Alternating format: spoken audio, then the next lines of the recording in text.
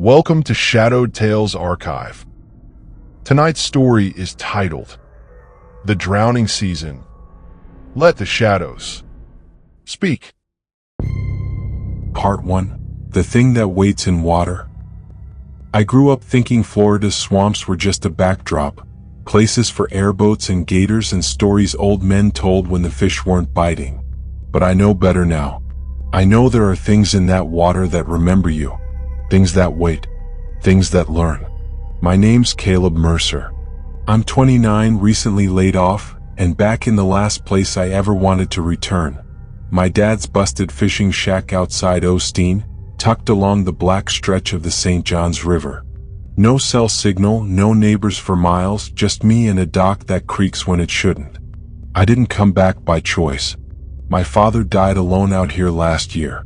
The official story said heart attack. But when the sheriff found him, he was tangled in swamp vine, face down in the water, eyes open, mouth packed with mud.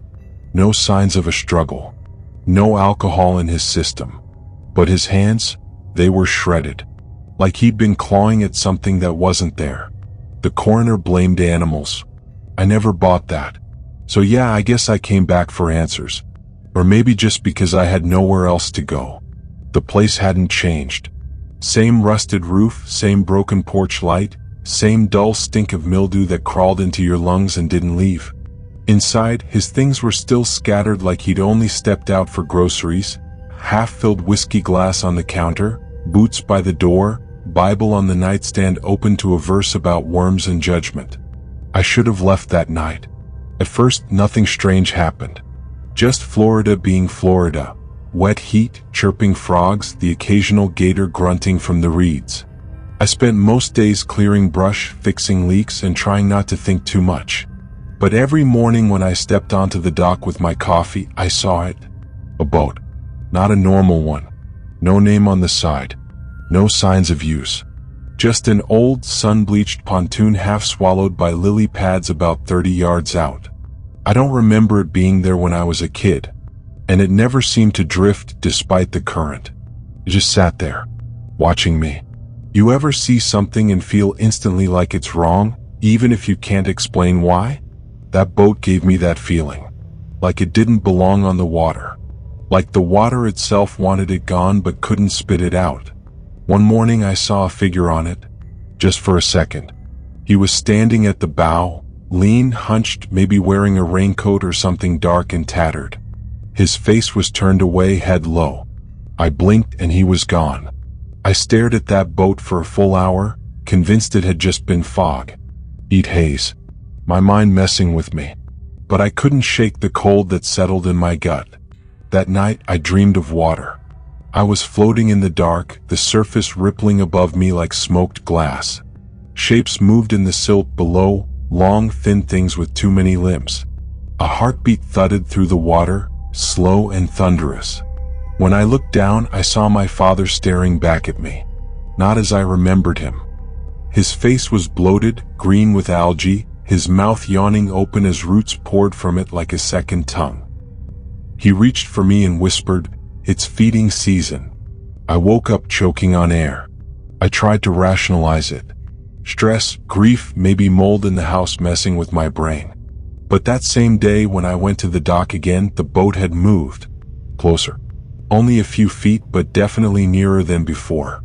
The lilies around it looked thicker too, climbing up the sides like they had fingers. I stared at it for so long I didn't hear the footsteps behind me until they were almost at my back. "Don't watch it too long," a voice said. I nearly jumped into the damn river. A woman stood on the dock behind me. Maybe mid-30s, in cargo shorts and a faded band shirt. Messy auburn hair, eyes like she hadn't slept in days. "You Caleb?" she asked. "Yeah." "Who are you?" "Name's Harper. I live downriver by the Sawmill Bend. I used to check in on your dad now and then. I heard someone new moved in. Figured I'd stop by." She looked past me toward the boat, lips tightening. "Did he ever talk to you about it?" she asked. I didn't answer. She sighed. "It's not just a boat. It's a mouth." Part 2. The Boat That Doesn't Drift. A mouth? I repeated. Harper didn't blink. She just nodded, eyes still fixed on the water like it might blink back. That's what he called it. Your dad. Said it opened when the moon dropped low enough. Said it breathed. I didn't know what to say to that. She was either messing with me or seriously unwell. I think you should leave. She finally looked at me. You think I'm crazy?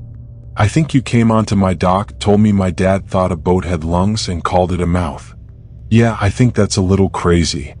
She shrugged. That's fair. But you saw it move, didn't you? I said nothing. Of course you did, she said. It always gets closer when you dream. That sentence punched a hole in my composure. I had told no one about the dream. I hadn't even written it down. But somehow she knew. She turned to leave but paused halfway down the dock. If you hear your name at night, she said, don't answer it. And whatever you do, don't go out there. Not till it feeds. After she left, I spent the afternoon tearing through Dad's old notebooks. Most were just inventory logs or Bible verses written over and over like a man trying to convince himself of something. But tucked in the back of a water-damaged binder, I found a page labeled Drift Record. There were dates, arrows, measurements of distance from dock to boat. The last entry, just 3 days before his death, read, drifted 6 foot overnight. Saw him again. Eyes this time. Watching. I slammed the book shut. That night I didn't sleep. I sat on the porch with a flashlight, 2 beers, and Dad's old .38. Around 2 a.m. the frogs stopped croaking. The crickets went quiet. Even the mosquitoes seemed to vanish. Then I heard it. A creak from the dock. Soft, deliberate. I crept to the window. Nothing. Just the outline of the boat, half-shadowed in the swamp mist. But I swear, I saw something glisten along the water between the lilies, like a tendril, slipping back under. I didn't dream that night. I didn't dare close my eyes. The next day, I drove to the local bait shop where Dad used to buy supplies. It was a squat little place with more cobwebs than customers, run by a leathery man named Wendell who looked like he'd been sun-dried since the Carter administration. You're Mercer's boy, he said when I walked in. Thought you looked familiar. I asked him about the boat. His eyes narrowed. Still out there? Yeah, and it's getting closer. He grunted, then spit into a half-crushed Coke can. It always does this time of year. You've seen it before? He nodded. Been showing up every July since I was a kid. No anchor. No rope. But it don't float like no boat should. Tide moves east, it stays still. Tide moves west, it still stays. Like it chooses where to go. You ever been on it? Nope. And neither did your daddy. Smart man. But stupid curious. I leaned in. Do you know what it is? He took off his cap, scratched his scalp, and leaned close like he didn't want the walls to hear. They say it ain't wood. What? That thing's not a boat. Looks like one, sure. But boats rot. Boats sink. That thing? It's been there longer than most folks around here. And the ones who go out there don't come back, right? If they come back at all. I drove home with a pressure in my chest like a stone just behind my ribs. I didn't go near the dock. I didn't even look at the water. But the next morning I found footprints. Barefoot. Slim. Damp. Leading from the dock to the porch. And they stopped at my bedroom window. I called Harper. I didn't know why. I just didn't want to be alone with this. She came over that evening, brought a thermos of sweet tea and a binder full of maps, old newspaper clippings, and photographs that looked decades old. People call it different things, she said, laying the pages out on the table. The mouth, the sinking place, the devil's raft. But the stories are all the same. She pointed to a grainy black and white photo. A pontoon boat almost identical to the one outside. July 1958. 3 boys disappeared near Osteen. Witnesses said they saw them paddling out to what they thought was a derelict boat. She flipped to another. July 1973. 2 fishermen went missing after radioing in about something wrapped around their motor. Another. July 1991. A pastor claimed the river itself was alive, said it whispered verses in reverse Latin. He ended up burning down his own church before he vanished into the swamp. She closed the folder. Your dad was trying to map it, predict its movements. I think he thought he could understand it. I sat in silence, heart pounding like war drums in my ears. Why here? I finally asked. Harper glanced at the window. Because the land remembers. Part 3. When the water remembers you. The air felt thicker after Harper left, like the swamp was listening. That night I locked all the doors. Not that locks mattered out here. If something wanted in, it wouldn't knock. It would seep. I left every light on and tried to read one of Dad's old sci-fi paperbacks. Couldn't focus. Every page felt like it was whispering the same word. Remember. At some point I dozed off on the couch, and I dreamed again. This time I was 7. Back when we lived here full-time, before Mom got sick, before we moved to Orlando. In the dream I was barefoot on the dock, fishing pole in hand. But the river was still. Not quiet, still. Like a painting. Then I saw it, a figure on the boat. Not adult-sized. A boy. Around my age. Same build. Same tangled hair. He was standing motionless, staring back at me with my own face. Then he opened his mouth and a lily bloomed from his throat, dripping brown water. I screamed myself awake. I threw up in the kitchen sink. Something about that dream felt wrong, like it wasn't just a nightmare. More like a memory clawing its way up through years of muck. I called Harper first thing the next morning. She didn't answer. I spent the day trying to ignore the pull of the dock. I kept the curtains drawn, blasted music, even took a shot of Dad's old whiskey at noon like it was medicine. But by sunset I cracked. I needed to see if the boat had moved again. When I stepped outside, the cicadas screamed louder than usual. The sky was a purplish gray, the kind of color Florida gets before the rain takes the world away for a bit. The boat was now only 15 yards from shore, closer than ever. And this time I could see the deck was wet, like something had climbed out of it. I tried to tell myself it was the rain, but there hadn't been any. My legs moved before my brain could stop them. I walked all the way to the dock's edge. I didn't realize I'd brought the flashlight until it clicked on in my hand. The boat bobbed in place, calm, steady, almost peaceful. That's when I saw them. Just under the surface. Wide, pale, unblinking. Too human. Too still. Then they vanished into the darkness. I stumbled backward and nearly fell into the water. And that's when the voice came. Faint. Female. Caleb.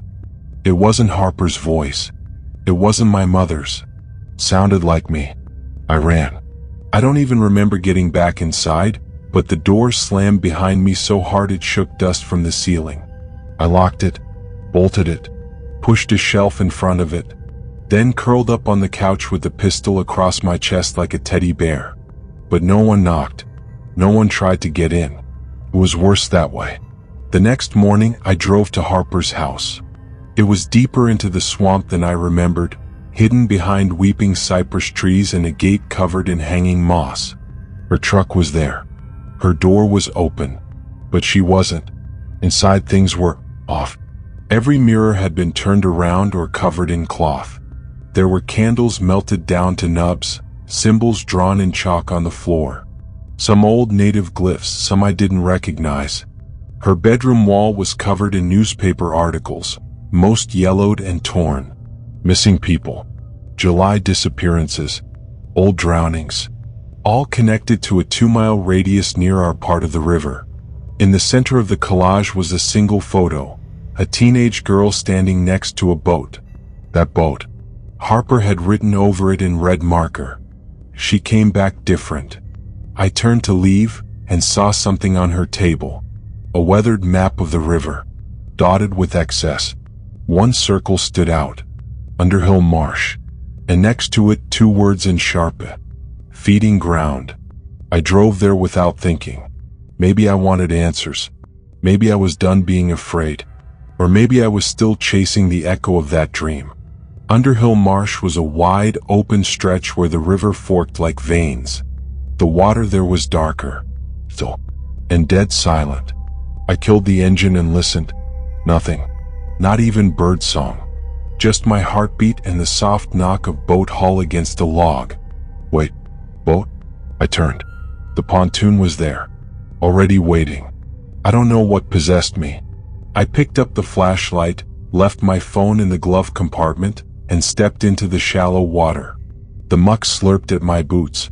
Every step felt like the earth was trying to keep me. The boat didn't move, didn't flinch. I climbed aboard. The deck was soft, not wood. It looked like wood, but my weight didn't creak it. It absorbed it, like wet muscle. There was no cabin, no seats, just a trapdoor in the center. Old rusted, but not locked. I reached down with a trembling hand and opened it. Part 4. The mouth below. The hatch opened without resistance. No hinges screamed. No cloud of dust puffed up. Just a hollow thump as it settled into the deck like a coffin lid closing in reverse. I stared into the dark rectangle beneath me. It wasn't a storage hatch. It was deep. Too deep for a boat this size. No ladder. No bottom I could see. Just water. Perfectly still, like it wasn't part of the river at all. A circular chamber below the surface, lined with something that shimmered. Not metal, not wood. Flesh. I leaned over, holding my breath. Then I heard it. Not a sound exactly, more like a pulse. Slow and deliberate, like the breath of something ancient exhaling from beneath the water. That's when I saw it. Scratched into the inside edge of the hatch. You don't drown. You descend. I backed away fast, nearly falling overboard. The deck below my feet throbbed. Just once. A subtle undulation like a sleeping beast twitching in a dream. Then the voice came again. Caleb. Same cadence. Same echo. Same me. It came not from the water but from inside my skull. I ran. Or tried to. The muck at the shoreline sucked me into my knees before I could break free. I collapsed on the bank, panting, trembling, covered in black algae and moss. My hands were shaking so bad I dropped the flashlight. It took nearly an hour before I could will myself to drive home. When I returned to the shack, I found the door wide open. Not broken. Just open. Inside, nothing had been taken. But everything had been moved. The Bible sat closed. The mirror above the sink, now uncovered, had hairline cracks through the glass as if struck from behind. And on the wall, drawn in black marker, were the words, "Your blood belongs to the marsh." I didn't sleep that night. The next day Harper showed up. Pale, barefoot, soaked to the knees in river mud. She didn't knock. Just stepped into the kitchen, eyes unfocused. Harper. I asked, unsure if I should reach for her or the pistol. She looked at me and her voice was hoarse. I saw her again. In the water. My sister. That stopped me cold. I didn't know you had a sister. She disappeared when we were kids, Harper whispered. 4th of July. Same place. Same boat. They found her shoes on the dock. That's all. I didn't speak. I just let her keep going. She wasn't dead. Not at first. I dreamed of her for years. What? Bloated, but alive. Screaming without sound. Her mouth filled with lilies. Harper started shaking. They made a pact, Caleb. The settlers. A long time ago. She pulled a crumpled page from her pocket. Old parchment, probably photocopied from some library archive. It showed a crude drawing of 5 figures standing at a river's edge. Behind them, a woman submerged to the waist. Her face was missing. Beneath the image, a passage in faded cursive. We offered her our silence and she gave us safe crossing. But silence bleeds and she will feed again. Harper pointed at the paper. She was here before all of us. Before the Spanish. Before the tribes. The river's not just water. It's her body. The lilies, the vines, the rot, they're extensions. You think there's a spirit in the river? I asked, trying to stay grounded in something that made sense. She nodded slowly. They called her Thessa. A word borrowed from some older tongue. It means that which takes without want. I swallowed hard. And the boat. Not a boat, she whispered. A trap. A lure. A mouth. I didn't want to believe her. I truly didn't. But every piece of it matched. The dreams, the voices, the drift, the deaths. Even my father's writings. Especially his drawings. In one of his sketchbooks, tucked in the back of a drawer, I found an image nearly identical to the one Harper had shown me. Except his had a date, July 4th, 1995. The day I fell off the dock and nearly drowned. The memory slammed into me like a wave. I was just a kid, reaching for a frog near the water's edge. Slipped. Fell in. I remembered the cold, the murk swallowing me, but not what happened after. Except now in my mind's eye, I saw it. A face in the water. Not mine. A girl's face. Pale. Mouth open. And vines sliding from her lips. She kissed my forehead before pulling me to the surface. My dad always said I was lucky. That something saved me. Now I wasn't so sure. That night I didn't sleep. I didn't eat. I sat on the dock with the flashlight in one hand and the pistol in the other. The boat floated there closer than ever. As if it knew. As if it had waited. Harper sat beside me in silence, staring into the dark like she expected something to rise. What does it want? I asked finally. She didn't look at me when she answered. It wants a voice. Part 5. Blood for Water. We sat on the dock until the moon drifted behind a thundercloud and the sky turned to pitch. The boat didn't move, but the air did. It thickened, shifted, grew warm and sour like breath from a dying throat. Harper leaned forward slowly, eyes locked on the water. "She's awake," she whispered. I wanted to ask what that meant, what exactly Harper thought would happen now, but I didn't get the chance. Because something broke the surface. It wasn't loud, just a soft ripple at first. But it grew, spread, like something wide and slow was rolling beneath the lilies. Then we saw it. Not the boat. Under the boat. A shape. Huge. Vague. The size of a small whale, but not a whale. It had no defined body, only a suggestion. Like it wasn't made of flesh but shadow. Vines. Rot. Memory.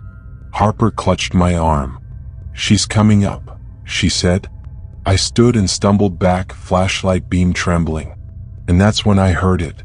A voice I hadn't heard in 15 years. Caleb. But it wasn't the echo from before. It was my dad's voice, coming from the boat. I froze. That voice, gravelly, tired, always a little sad. The same one that used to read me bedtime stories and tell me to never swim past the reeds. Harper stood beside me, her face ashen. "She uses them," she said. "Takes their voices, wears their memories, to lure you in." "It's him," I whispered. "It sounds like him." She fed on him. He's part of her now, just like the others. I took a step forward. "Don't," Harper warned. "She saved me once." "No," Harper said.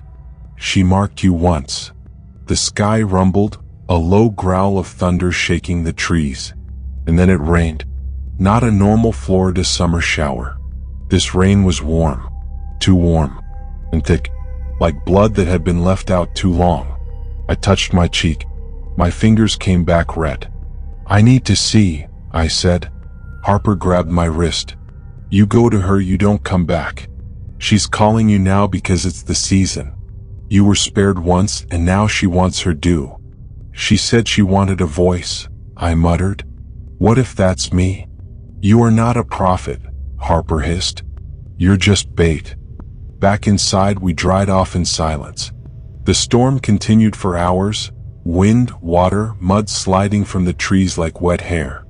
I flipped through my father's journal again, heart pounding with every page. Halfway through, a loose sheet fell out. It was a letter, unsent, addressed to me. "Caleb, if you're reading this, then I failed. I tried to bind her. I tried to bury what they woke up a century ago. But blood remembers. She doesn't forget her children. You've always been sensitive, more than you knew. That's why she let you go.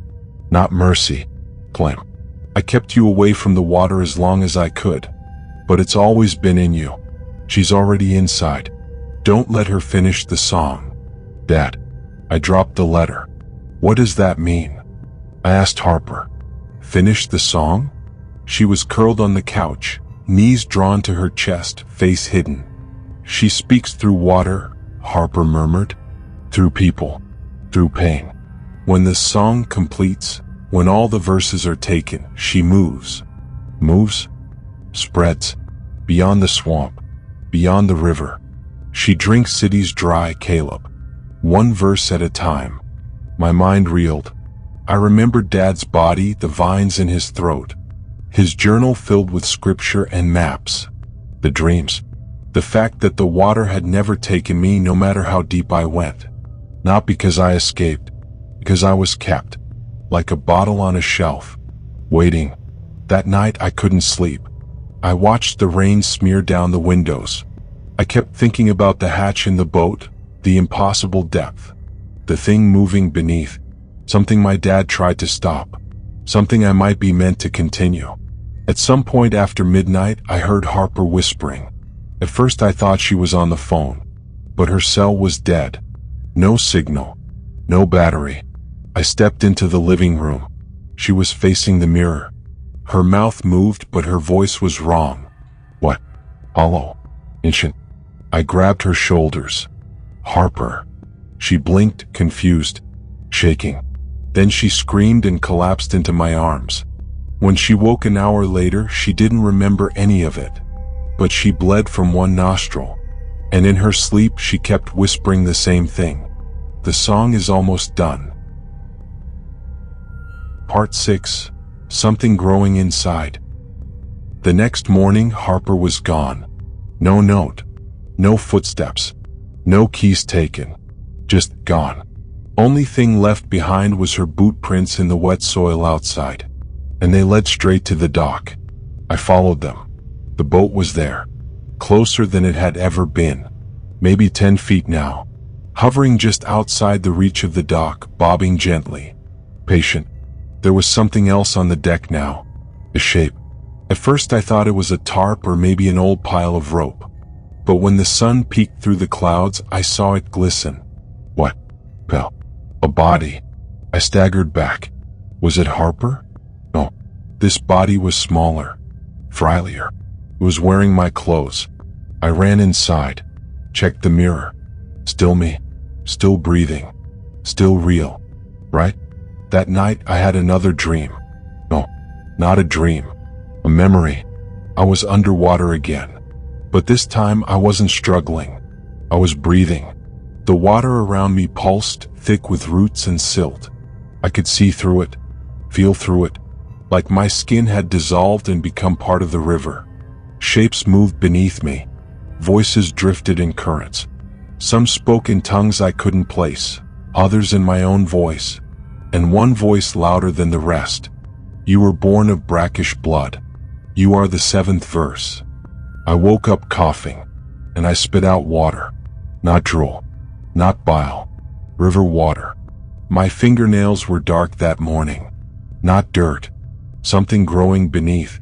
A mossy blackness pressing against the skin. When I touched it, my fingers twitched like they liked it. I ran to the bathroom, turned on the faucet, and stared into the mirror. There were veins on my neck that hadn't been there before. Cream. Threaded. Like creeping vines under glass. I called for Harper. Nothing. I tried her house. No truck. Only silence. That's when I found her journal. It was hidden behind the fireplace panel, wrapped in wax paper and sealed with black twine. Inside, dozens of hand-drawn diagrams. Rituals. Notes on Thessa, the name she'd given the entity in the river. Most of it I didn't understand. But one page had been circled in red ink. The title read, When the Verse Turns Host. I read the whole thing twice before I understood. If the entity couldn't sing through someone, it would grow in them. like a parasite, like a seed. And when the last verse bloomed, when the final host broke, the song would be complete. And then it would rise. I slammed the journal shut. I was the last verse, the seventh. Whatever had started with the settlers, who'd made that ancient deal, was ending with me. I tried to burn the journal, but the pages wouldn't catch. The flames curled around them like wind around stone. The ink didn't even smudge. It just shimmered. So I buried it, deep in the woods, under the rotting trunk of a fallen oak. But I knew it didn't matter. It was already inside me. That night, I waited with a knife in my hand. If I saw the boat again, I'd swim to it, cut it open, find whatever mouth it held and silence it. But the boat didn't show. Instead, Harper did. Staggering out of the tree line, soaked in sweat, bleeding from her palms. "Don't," she said as I stood to meet her. "You're not strong enough." "I'm not waiting anymore," I told her. "You don't understand," she said.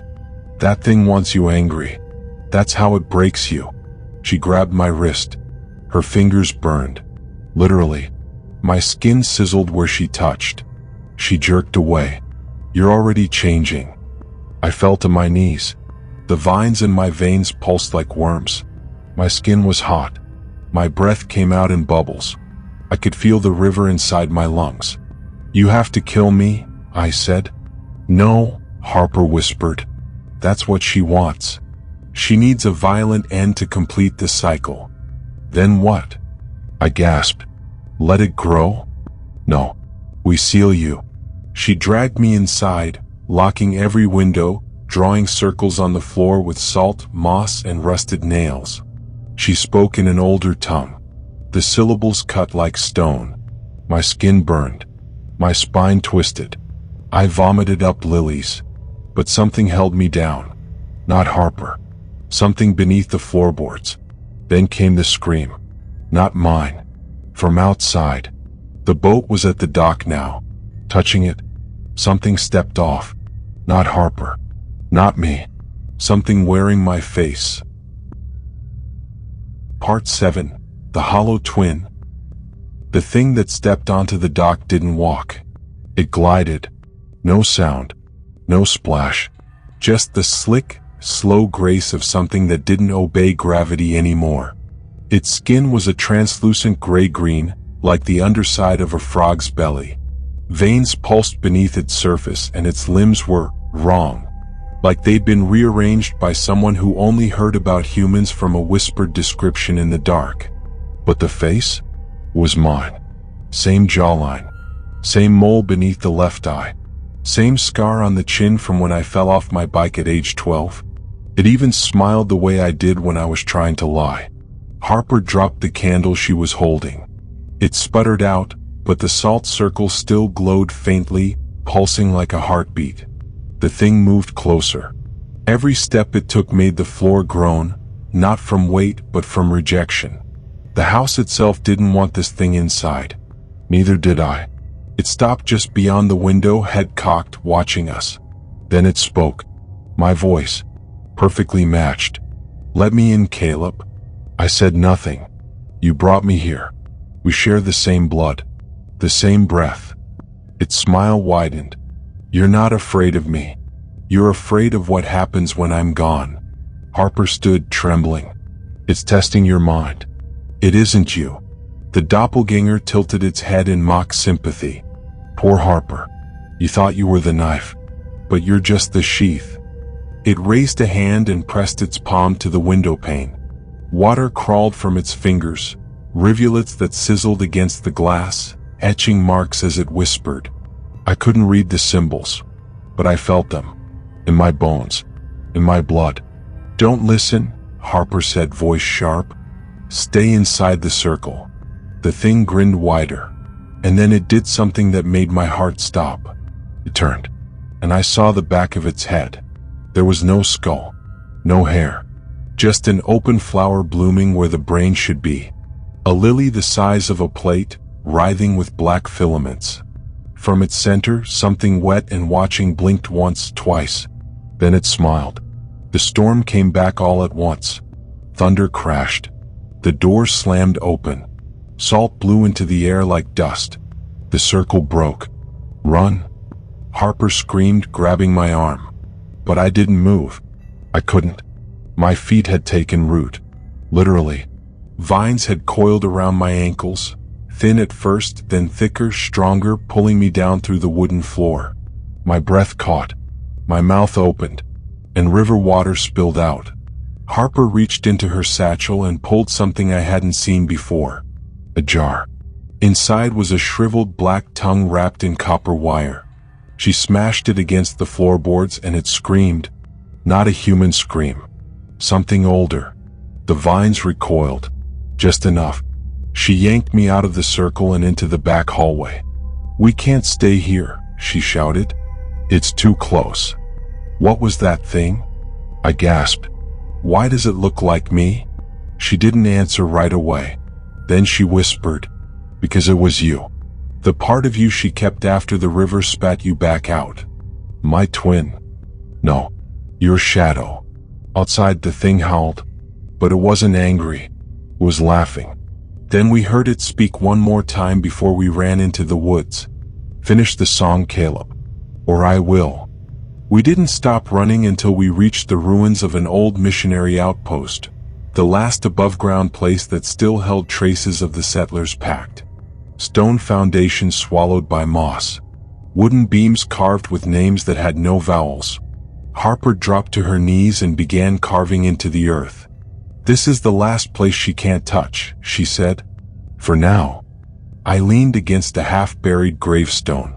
"What happens now?" She looked at me, tear-streaked and shaking. "Now, we bury your shadow." We spent the next hours gathering what we needed. Charcoal from burned trees, rusted nails, vinegar, my own blood. Each was part of the binding. Each came with a cost. My nose bled. My hearing warped. Every noise sounded like it came from underwater. I could feel her heartbeat inside my chest. Harper finished the sigil in the dirt. A spiral of circles, intersecting symbols that pulsed with a light not from this world. She looked at me and said, "Step inside." I did. The vines beneath me recoiled as if confused. Then the thing stepped from the trees. It looked worse now. Melting. Parts of my face sliding off like candle wax. Black moss growing from its eyes. It screamed. And the sky cracked. The ritual began. But it didn't go the way we planned. Because as Harper chanted the final phrase, something answered back. Not from the thing, but from me. I spoke it, fluently, without meaning to. And when I finished the verse, the sigil shattered. Harper's eyes widened in horror. "What did you just say?" I don't know." "You completed it," she whispered. "You finished the song." Part 8, the last verse. The world didn't end with thunder. It ended in silence. When I spoke the last line of the verse, unintentionally, unconsciously, something ancient woke. The earth stilled. The wind vanished. Even the insects, the ever-chirping Florida swarm, hushed like they were bowing their heads. Harper stood across from me, shaking. "You spoke the last verse," she said. Her voice cracked like dry wood. "You opened the mouth." I stepped back from the sigil, or what was left of it. The ground beneath me was no longer dirt. It was skin, bent, damp, alive, and it pulsed beneath my feet. From the tree line came a sound I'll never forget. Not a growl, not a screech, a moan, like a continent sighing after 1,000 years. And then she rose. Thessa, not a creature, not even a spirit in the way we understand spirits. She was formless, but also everywhere. The trees bent toward her. The sky darkened above her. And beneath her, the river boiled. Her shape emerged through suggestion. Roots curling into a face, fog congealing into shoulders, lily pads wreathing her hair like a funeral crown. And her eyes, they were mine. Harper screamed something in a language I didn't recognize. She held out a knife, the same one she'd used to draw the circle. "You can still stop this," she shouted. She only lives through you. I looked down at my arms. Veins blackened. Fingernails thickened. My breath visible in the humid air like frost. I wasn't dying. I was becoming. Thessa moved closer. Not walking, not floating. Just arriving. I felt her in my marrow. In every breath. And in that moment I saw everything. The settlers drowning their sick in the marsh to buy safety. My great-grandfather dragging bodies out of the river every July. My father mapping her drift until it consumed him. Me, a boy pulled from the water. Returned. Marked. This was never about inheritance. This was about incubation. Kill me, I said. Harper blinked, stunned. What? I can feel her. She's not possessing me. She is me. I'm her gate. If I die now, maybe. Harper stepped back. No, she said. There's another way. She pulled a small flask from her jacket. A thick black liquid inside. Old Seminole binding. Used for restless spirits tied to land. It won't destroy her, but it'll lock her back under, if we trap her inside you. I stared. I become the lock? Harper nodded. And I stay that way? Her voice was barely audible. Forever. The ground split beneath us. Steam hissed from the cracks and something vast and wet moved beneath. Thessa opened her mouth and sang. It wasn't sound, not music, but memory. Every death, every scream, every soul lost to her hunger, woven together into one long, endless note. And I was the final chord. I'll do it, I whispered. Harper uncorked the flask. The scent hit me like rotting flowers and iron. Drink it, she said. Now. I raised it to my lips. She whispered a phrase, and I swallowed. Agony. Worse than burning. Worse than drowning. Every nerve in my body screamed as something ancient and cruel unspooled inside me. I dropped to my knees, coughing blood and something green. My shadow screamed. The copy of me, the thing that wore my face, convulsed at the tree line and crumbled, vines erupting from its skin. Then came Thessa, reaching, clawing. And in that moment I reached back. I took her in, all of her, her hunger, her memory, her 1,000-year ache, and I closed the door. I woke up 3 days later. Harper was gone. The missionary outpost was half sunken, swallowed by the storm. But I was alive. Sort of. I don't sleep now. Can't. If I do, she slips through. So I sit, every night, on the same dock my father built, watching the water, listening. Because even though the river is quiet, even though the lilies don't move, I can still feel her pulse. In my chest, in my veins, in the stillness between every heartbeat. And one day I know someone else will come to this place. Curious, lonely, searching. And they'll hear her song. Epilogue. They say the Florida swamps are dying. Too much salt. Too much drought. The water's receding.